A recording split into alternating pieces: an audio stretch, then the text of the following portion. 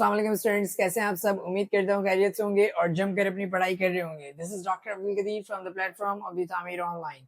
अच्छा बेटा, आज मैं आप लोगों को जो टॉपिक पढ़ा रहा हूँ that is osmoregulation in terrestrial animals, यानी वो तमाम जानदार जो कि जमीन पे रहते हैं वो किस तरीके से अपनी बॉडी के अंदर वाटर और सॉल्यूट को क्या करते हैं, मेंटेन करते हैं, यानी क्या करते हैं, ऑस्मोरेगुलेशन करते हैं।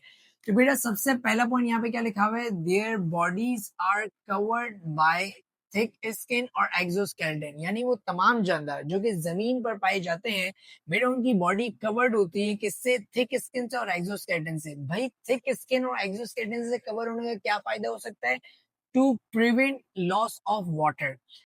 थिक स्किन और एक्सोस्केलेटन जो है बेटा वो वाटर को लॉस होने से क्या करते हैं, प्रिवेंट करते हैं, बचाते हैं। जैसे कि बेटा मिसाल के तौर पर हमारी बॉडी पर थिक स्किन है और बेटा ये थिक स्किन क्या करती है, हमारी बॉडी के अंदर का जो वाटर है उसको बाहर निकलने से क्या करती है, रोकती है, यानी क्या करती है, प्रिवेंट करती है।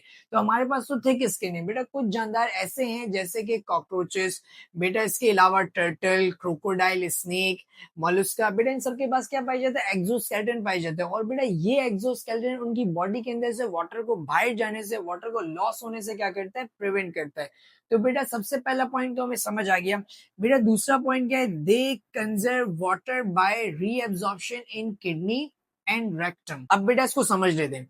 बेटा जो टेरेस्ट्रियल एनिमल्स हैं, जो जमीन पे रहने वाले जानदार हैं बेटा, वो वाटर को कंजर्व करते हैं, सेव करते हैं। अब वाटर को कंजर्व और सेव कैसे करते हैं?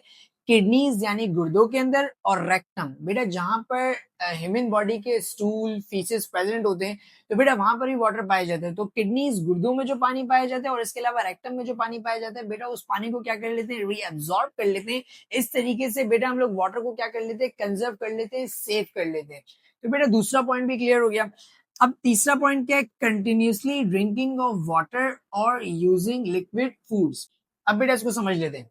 बेटा जो जमीन पे रहने वाले जानदार हैं बेटा, वो कंटिन्यूसली ड्रिंकिंग ऑफ वाटर, यानी वो कंटिन्यूसली पानी पीते रहते हैं और यूजिंग लिक्विड फूड्स, और इसके अलावा ऐसी गिजा खाते हैं जिसके अंदर क्या पाया जाता है, लिक्विड यानी वाटर पाया जाता है।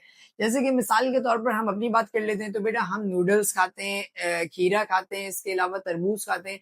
तो बेटा ये ऐसे फूड है, ऐसी खुराक है बेटा जिसके अंदर क्या पाया जाता है, लिक्विड यानी वाटर पाया जाता है। तो बेटा यहाँ से भी हमें वाटर मिल जाता है और इसके अलावा कंटिन्यूसली हम लोग वाटर को ड्रिंक कर रहे होते हैं, पी रहे होते हैं, तो यहाँ से भी हमें वाटर मिल जाता है। उसी तरीके से बेटा काऊ, गॉड वगैरह है तो बेटा ये भी पानी पीते हैं तो इनकी बॉडी के अंदर यहाँ से पानी आ जाता है।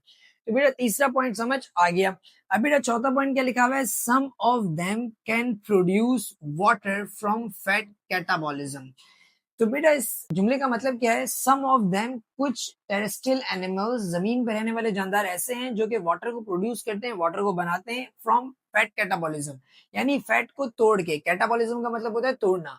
तो बेटा फैट को तोड़ के जो वाटर प्रोड्यूस होता है बेटा, उसको अपनी बॉडी में क्या कर लेते हैं, सेव कर लेते हैं। लेकिन भाई फैट कैटाबॉलिज्म होता कैसे, फैट टूटता कैसे? With the help of पेरिऑक्सीसोम।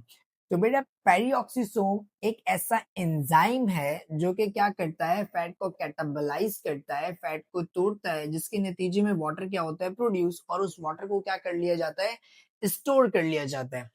अच्छा बेटा यहाँ पर फैट कैटाबॉलिज्म में आपकी बुक में जो एग्जांपल दी हुई है वो कैमल और कैंगरू की दी हुई है। लेकिन बेटा आप लोग एक बात याद रखिएगा कि फैट कैटाबॉलिज्म हमारी बॉडी के अंदर भी होता है और इसके अलावा हमारी बॉडी के अंदर ग्लूकोज मेटाबॉलिज्म भी होता है। तो बेटा फैट कैटाबॉलिज्म में भी और ग्लूकोज कैटाबॉलिज्म में भी, इन दोनों में हमारी बॉडी के अंदर वाटर प्रोड्यूस होता है और हमारी बॉडी उस वाटर को क्या कर लेती है, स्टोर कर लेती है। बेटा यहाँ पर हमारा चौथा पॉइंट खत्म होता है।